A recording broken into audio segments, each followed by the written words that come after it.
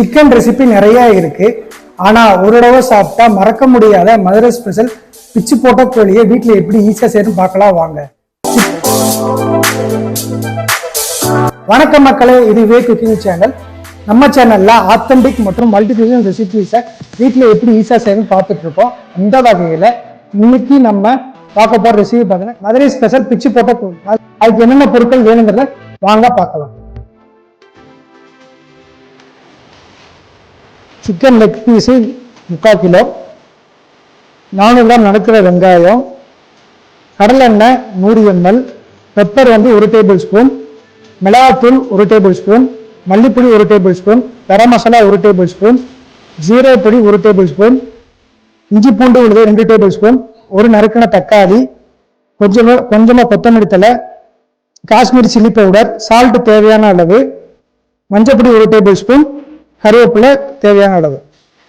அடுப்பு பற்ற வச்சு குக்கரை வச்சதுக்கு அப்புறமா சிக்கன் மூழ்கிற அளவுக்கு தண்ணி சேர்த்துக்குங்க. மஞ்சப்பொடி 1 டேபிள் ஸ்பூன், உப்பு 1 table spoon, chilli powder 1 table spoon, மூடி போட்டுட்டு 2 விசில் விட்டுக்குங்க.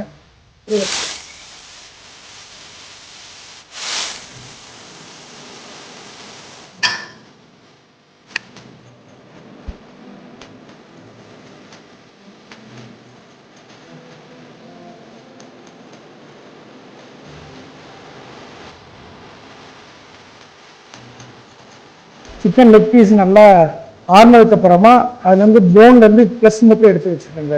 நெக்ஸ்ட் அடுப்பு பற்ற வச்சுட்டு தவா வச்சுக்கோங்க. தவா நல்லா சூடானதுக்கு அப்புறமா 3 டேபிள் ஸ்பூன் கடலை எண்ணெய் ஊற்றிக்கோங்க. வெங்காயம் சேர்த்துக்குங்க. வெங்காயம் நல்லா வதங்கணும், வதங்க விட்டுக்கோங்க. நல்லா லைட் கலர்ல கோல்டன் ப்ரௌன் வந்ததுக்கு அப்புறமா ஒரு தக்காளி சேர்த்துக்குங்க.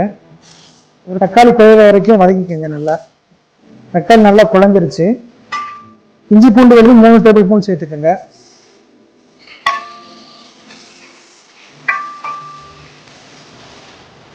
இஞ்சி பூண்டோட பச்சை வாசனை போயிடுச்சு. மஞ்சப்பொடி 1/2 டேபிள் ஸ்பூன், மிளகாத்தூள் 1/2 tablespoon, Kashmir chilli powder 1/2 tablespoon, ஜீரகத்தூள் 1/2 tablespoon, garam masala 1/2 tablespoon, மல்லிப்பொடி 1/2 டேபிள் ஸ்பூன், உப்பு 1/2 டேபிள் ஸ்பூன் போட்டுக்கோங்க.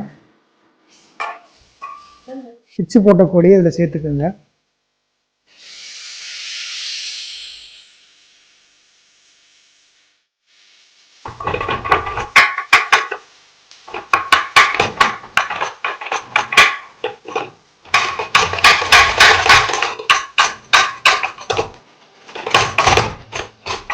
வேக வச்சோம்னா அந்த ஸ்டாக் வாட்டரை ஊற்றிக்கோங்க.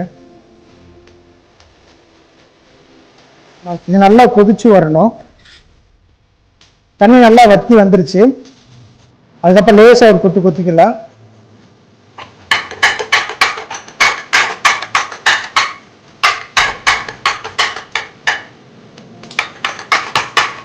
அடுப்பு ஆஃப் பண்ணதுக்கு அப்புறமா பெப்பர் 1 டேபிள் ஸ்பூன் போட்டுக்கோங்க. கொத்தமல்லி தழை கரெக்டான கன்சிஸ்டன்சில வந்துருச்சு. கருவேப்பிலை போட்டு மிக்ஸ் பண்ணிட்டு பிளேட்டிங் பண்ணிக்கலாம்.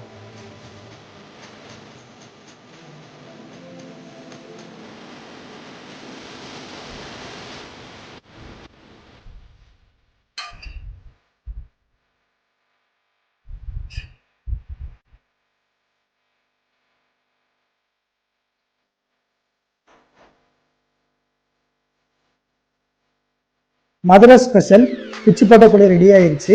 இது எப்படி இருக்குன்னு டேஸ்ட் பண்ணிட்டு சொல்லலாம் வாங்க.